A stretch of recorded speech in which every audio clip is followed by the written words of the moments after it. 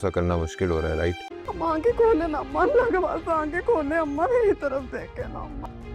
उन्हें तो ये बात बिल्कुल भी गवारा नहीं हो।